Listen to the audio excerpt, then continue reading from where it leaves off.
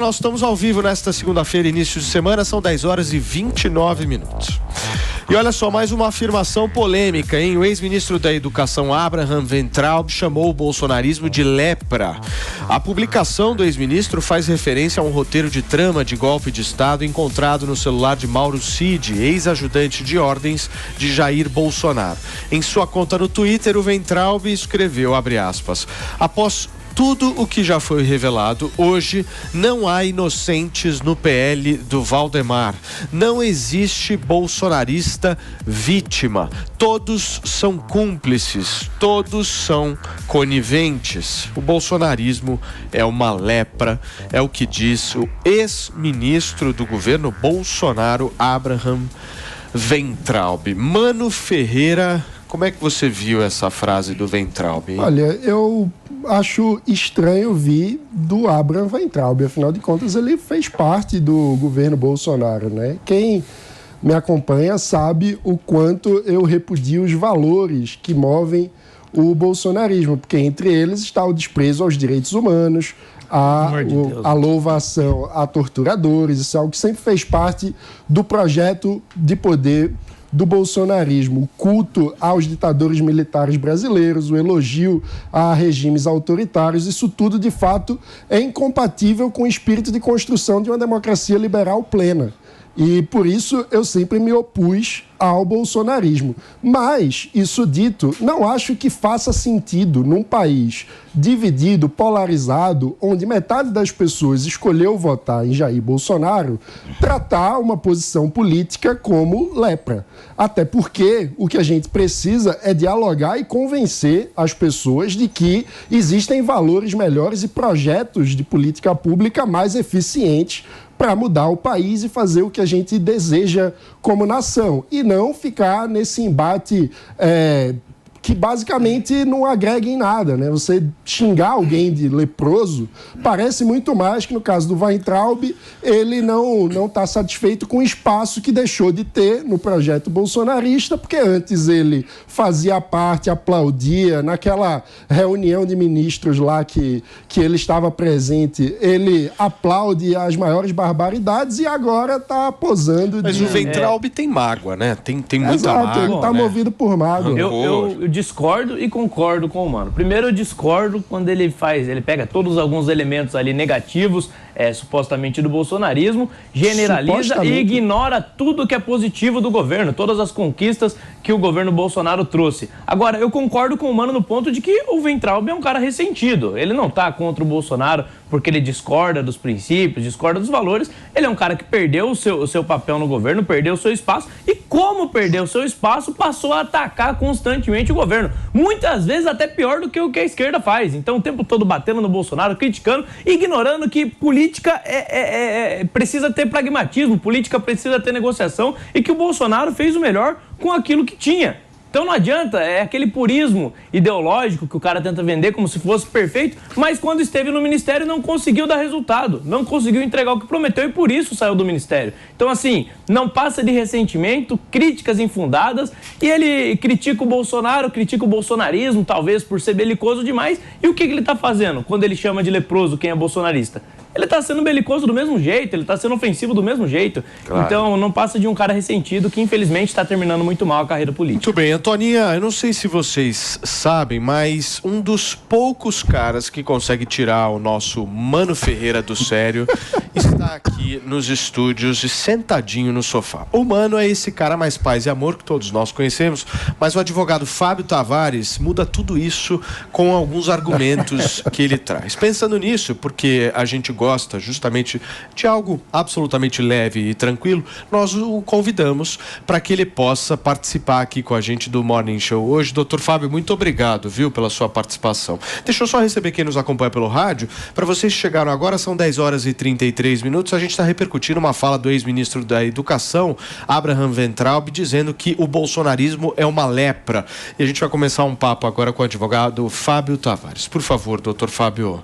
Paulo, ouvintes, queridos amigos, um bom dia a todos. Bom, pegando o gancho aqui do meu colega, Mano, eu tenho que discordar em relação à fala do Mano. Em qual sentido? Nós estamos rotulando cada vez mais, Paulo, bolsonaristas, lulistas, e estamos esquecendo que 30 milhões de pessoas não compareceram às urnas. E a partir do dia 1º de janeiro desse ano, nós temos sim um líder, um presidente da República. Goste você ou não. A partir do momento que você generaliza e trata todos de bolsonaristas diante da fala do Mano, dá uma conotação que ser bolsonarista, ter votado nele, é literalmente uma bandeira do mal. Quando, na verdade, nós temos que trazer à baila uma famosa frase de Thomas Hobbes que fala que a razão é a alma da lei. E as nossas instituições, e principalmente esse tipo de discurso, está demonstrando cabalmente que a razão está se perdendo. A alma da lei vem sendo vilipendiada, ofendida todo santo dia. Não só por esse tipo de discurso, um discurso literalmente ofensivo ao Estado Democrático de Direito, às instituições que não respeitam a lei e nem a nossa Constituição. Então é lamentável uma pessoa pública se manifestar a chamar todos os bolsonaristas de leprosos, dando uma conotação que a partir do momento que a pessoa levanta a bandeira da direita, que defende a religião, que defende o culto, a liberdade de expressão, é taxada dessa forma. Da mesma forma, eu não posso taxar o lulismo e generalizar todos com uma bandeira do mal. É lamentável isso. A partir do momento que nós temos uma legislação, uma Constituição Federal, nós temos que nos afastar cada vez mais desse discurso e dizer claramente ao público, ao povo, Paulo, que a legislação e a nossa Constituição são os pilares da democracia. Não adianta nada defender o Estado Democrático de Direito se as pessoas e as instituições não a respeitam. E é isso que vem acontecendo todo santo dia. Doutor, isso aí é problema de relacionamento que nós estamos discutindo aqui. Sabe aquele relacionamento que terminou com o cara absolutamente magoado, que é aquela coisa que o cara, sabe, ficou, não é, Antônia? Você não acha isso? O doutor falando, aí vocês falando, me veio uma música na cabeça. Muito mais que bala perdida, é mulher traída. É tipo isso. Olha, falando sério, como é que ele quer seguir uma carreira política generalizando, chamando pessoas de leprosos? Está sendo ainda discriminando, né? Porque ele não sabe nada das pessoas que sofrem, né, dessas doenças. É assim, uma besteira atrás da outra que o Weintraub fala desde que ele saiu do governo, entendeu? É um cara raivoso. E assim, ele quer seguir carreira política, sim. Quantos milhões de votos ele não já perdeu aí chamando bolsonaristas de leprosos? Que é isso? Cadê o bom senso, rapaz? Sai da política. A política não é para você, porque se fosse, você teria permanecido no cargo. É isso, a minha opinião é essa. Mas eu acho que também o Weintraub, quando ele tem esse tipo de pronunciamento, ele joga contra a direita. Porque ele está tentando, tá com um posicionamento ali de desagregação, quando agora é exatamente o contrário. A gente tem que estar unido porque nós temos um adversário maior, nós precisamos construir alternativas, construir possibilidades, o tempo todo pessoas de direito sendo perseguidas, e o Bolsonaro, no governo que teve, fez o que pôde, entregou muita coisa, entregou a reforma da Previdência, entregou o marco do saneamento, entregou a venda de mais de 2/3 de ativos públicos, ou seja, foi um governo que entregou muito resultado. Se ele está criticando, o que ele propõe no lugar? O que ele quer colocar no lugar do que o Bolsonaro fez? O Bolsonaro fez muito e a direita ainda pode fazer muito mais. Mas para isso a gente não pode cair no discursinho dessa galera que saiu do governo, é ressentida e agora fica atacando. A gente precisa construir alternativas. Se ele critica o bolsonarismo, o que ele tem no lugar? Pelo amor de Deus, não me vem com teto de gastos. Teve uma pandemia. Mas eu queria tentar esclarecer uma coisa, porque uma das belezas da vida é que ela é complexa. Então, o fato de o bolsonarismo ter alguns valores que são muito negativos e autoritários na minha leitura, não exclui o fato de que também há outros valores que são legítimos dentro do bolsonarismo. Ou seja, há uma mistura. Assim como se a gente olha o PT, por exemplo, um dos valores que move o petismo é a ideia de que os fins justificam os meios. Eu acho que isso é muito claro. Eu acho isso deplorável, porque justifica, entre outras coisas, a corrupção em nome de um projeto. Mas há outros valores dentro do petismo que levam pessoas a votar no PT. Da mesma forma, no bolsonarismo, há o valor de uma visão de mundo autoritária que desrespeita e despreza os direitos humanos. A minoria que inclui o próprio presidente, que colocava fotos dos ditadores militares no próprio gabinete Bolsonaro, quando era deputado. De governo, em nenhum momento tentou censurar, em nenhum momento tentou calar a boca de ninguém. Houve perseguição. Preservou a liberdade de expressão. Houve perseguição de funcionários públicos. Foi necessário acabar com a Lei de Segurança Nacional, que estava sendo usada de forma autoritária. Eu tenho que fazer uma correção, te interromper agora. Houve violência. Não foi isso a questão. Sim, eu atuei a Lei de Segurança Nacional, ela foi revogada no Congresso Nacional porque o governo Bolsonaro estava utilizando ela para perseguir funcionários públicos. Claro que não. A Lei de Segurança Nacional, ela é anterior a 88, já existia um posicionamento da jurisprudência do Supremo Tribunal Federal sobre a inconstitucionalidade. Tanto é verdade que a lei de imprensa, por si só, ela tinha sido recepcionada pela nossa Constituição, e aí o Supremo Tribunal Federal verificou que a lei não atendia os fins constitucionais. A Lei de Segurança Nacional, ela foi revogada exatamente porque ela não atendia os fins constitucionais. Aí inseriram no Código Penal os crimes contra o Estado Democrático de Direito. O que eu acho curioso, Paulo, e triste, é que as pessoas levantam essa narrativa e o bom é o que acontece hoje. Um Estado que não respeita a Constituição, uma Constituição que enaltece o sistema acusatório, que foi literalmente destruído, que o que vigora hoje, Felipe, é o sistema inquisitorial. O que é o sistema inquisitorial? Eu, vítima, sou o investigador, acusador e juiz da causa. Isso é bacana. Isso sim tenho que aplaudir. Isso sim eu tenho que tirar o chapéu.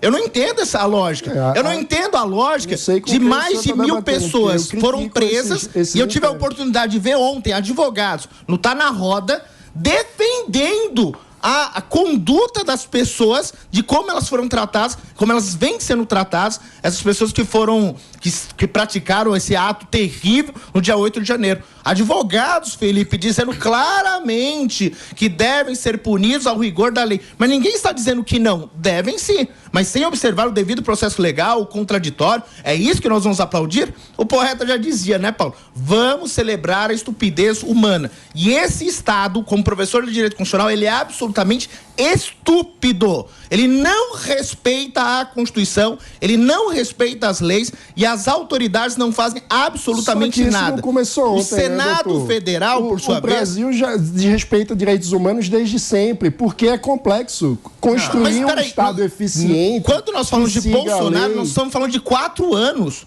Nós passamos pelo Lula 8 anos, Dilma Rousseff, e agora ele voltou.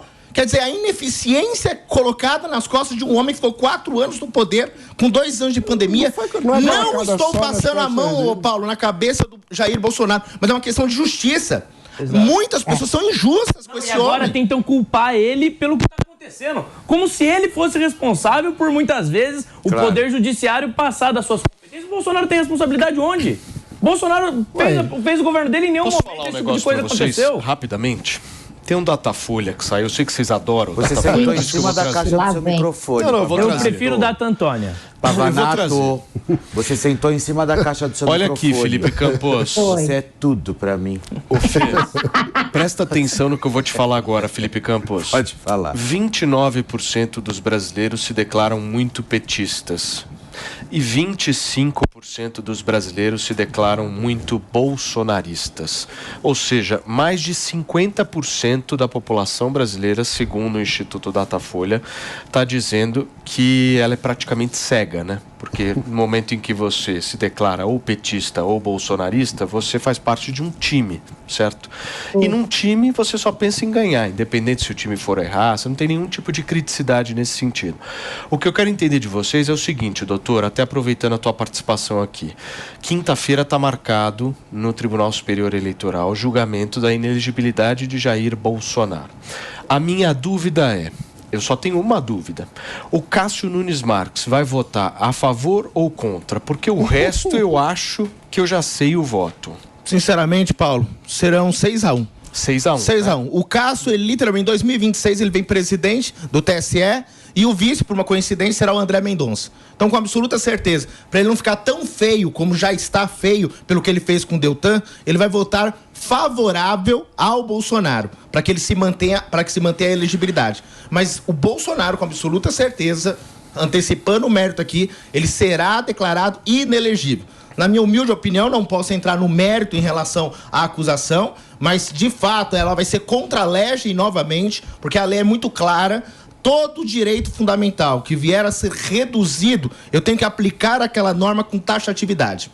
Então, a partir do momento que eu, chefe de Estado, convoco embaixadores, e ainda que eu manifeste a minha opinião, e essa opinião seja agressiva aos valores e os pilares do Estado democrático, tem que preencher um requisito da lei, qual? Beneficiar candidato ou partido político. Naquela fala com embaixadores, eu não consigo linkar nenhum nexo de causalidade em relação a benefício a qualquer candidato ou a partido político. Então, confesso que não identifico o abuso do poder político nesse caso. Mas, como eu disse anteriormente, quando tive a oportunidade de estar aqui, nós estamos vivenciando, infelizmente, o STF está encampando o direito penal do inimigo. Todos aqueles que levantarem ou vierem a levantar a bandeira do bolsonarismo ou trazer qualquer ideologia na contramão será tratado como inimigo do Estado. Então, o primeiro foi o Deltan, com absoluta certeza na quinta-feira será declarado inelegível. Em seguida virá o Sérgio Moro. Tivemos recentemente o Marcos Duval, em que ele teve a sua imunidade violada novamente. Não foi feito absolutamente nada. Eu nem entro no mérito, porque de fato eu acho ele um cara destemperado. Um cara pouco, que não tem lógica. Um pouquinho. Não é muito, é. Mas, olhando a imunidade de um parlamentar, nada é feito. Tudo é normal. Mas como assim? O Marcos Duval, ele pode vir a público, assumir um crime, dizer que participou de um conluio por um golpe de Estado. É só um pouco de destempero, mano. É só meu. Não, ele pode ser punido. O que não pode é um parlamentar não ter a sua imunidade, que as redes sociais dele novamente foram bloqueadas, suspensas, sendo que eu tenho uma Constituição em vigor. Eu vou fazer um paralelo em relação a isso. Ele não pode fazer isso, absolutamente. O bloqueio eu concordo com a crítica. Tivemos recentemente a Marcha da Maconha. Olha. Na Marcha da Maconha, eu vou pegar o gancho. O Mano tava lá. Bacana, mas a sua frente era em prol da descriminalização para usos terapêuticos, medicinais. O que nós vimos no sábado, Paulo? Mano. Era com absoluto certeza. Também, não é só não, doutor. Também. Mas não vamos entrar nesse Bom, tudo bem. Eu ia fazer apenas um paralelo, Paulo. Porque a partir do momento que nós defendemos uma bandeira e o Marcos, ele agiu mal, agiu. Mas eu posso acabar com o direito dele de se manifestar? Não posso, ele é um parlamentar. Claro. Ele foi eleito. Sim. Ele que seja punido por outras vias. Agora é óbvio, aquela busca e apreensão que aconteceu no gabinete dele, ô Felipe, pode ter absoluta certeza. O Pacheco tem que autorizar. E autorizou. Só que nenhuma nota teve a coragem de fazer uma nota dizendo eu autorizei, eu convoquei nada. Ele literalmente autorizou nos bastidores e aconteceu a busca e apreensão. Ô, doutor, tem 16, me corrija se eu estiver errado, mas são 16 processos pedindo a inelegibilidade do Bolsonaro lá no Tribunal Superior Eleitoral, né? Esse que vai ser julgado agora quinta-feira é o processo do partido do Ciro Gomes, o PDT que entrou, e o foco central é a reunião com os embaixadores. Eu, sendo muito sincero com o senhor, quero ouvir a tua posição jurídica sobre isso, eu acho que esse é um dos mais fracos que tem. Dos 16. Tem coisa muito mais intensa ali. Vou citar um exemplo. Eu acho que o Bolsonaro cometeu crime eleitoral no momento em que ele faz aquela realocação de recursos num período muito curto de tempo antes da eleição. Isso para qualquer administrador público, isso é um flagrante. No momento em que você, no mês de junho do ano eleitoral, que vai ter a eleição em outubro, realoca alguns bilhões de reais para pagar auxílio para taxista, para pagar auxílio moradia, para dar o Bolsa Família, que na época era o Auxílio Brasil, ou seja, isso aí é crime administrativo eleitoral. Eu acho muito mais intenso e concreto do que essa reunião com os embaixadores, porque eu acho que esse ponto que o senhor traz é um bom ponto, né? Porque a legislação eleitoral, ela se debruça em quem é eleitor, ou seja, se de alguma forma você utilizou a máquina para ganhar votos. Essa reunião com os embaixadores não tinha nenhum eleitor ali, né? Mas é parte da narrativa eleitoral dele. É uma narrativa, mas você concorda comigo, Mano, que não é objetivo o negócio? A questão, o processo... A questão do processo... Eu acho que aquela atitude ali foi absolutamente inadequada para o presidente da República. Beleza, mas ele tem era um crime de responsabilidade. Não, ele tem que responder no âmbito civil por essa reunião. Eu acho que eleitoralmente talvez eu tenha algumas dúvidas, mas o caso da realocação de recursos, isso aí para mim é gravíssimo. Para quem de alguma forma já passou na administração pública, sabe que isso é uma aberração, meu. Que faz prefeito perder o mandato todo. Paulo, eu concordo, mas aberrações e ilicitudes são coisas distintas. Ele, como gestor, não existe previsão no Código Eleitoral em relação a isso que ele fez. Claro que existe. Claro que existe. Essa questão da realocação óbvio. Realocação. Você não pode criar Você tem que ter uma penalidade. Não pode um ano antes. Óbvio, não é um benefício. Isso é a narrativa. Doutor, não é narrativa, doutor. Paulo, sinceramente. Não acho. Eu acho que é um gestor que aplicou e realocou os valores. E quando ele realocou os valores, ele utilizou uma narrativa em relação em prol ao sistema que ele estava governando. O Pavanato só observa, né? Eu não consigo identificar, sinceramente. Porque se nós formos nessa linha, eu tenho que pegar o que o TSE fez. As resoluções... Mas vários prefeitos já perderam o mandato, já ficaram inelegíveis por conta desse tipo de coisa. Porque você não pode criar benefício para um eleitor tudo bem. em ano eleitoral. Nos outros casos, o Bolsonaro criou. Claro que foi um benefício. Ele relocou e se justificou. O Auxílio Brasil não é um benefício? É um benefício, mas ele por que criou ele fez auxílio isso? para taxista, Era pós-pandemia. Doutor, o senhor é um homem da lei. Ele criou auxílio para taxista, Doutor, é tudo, viu?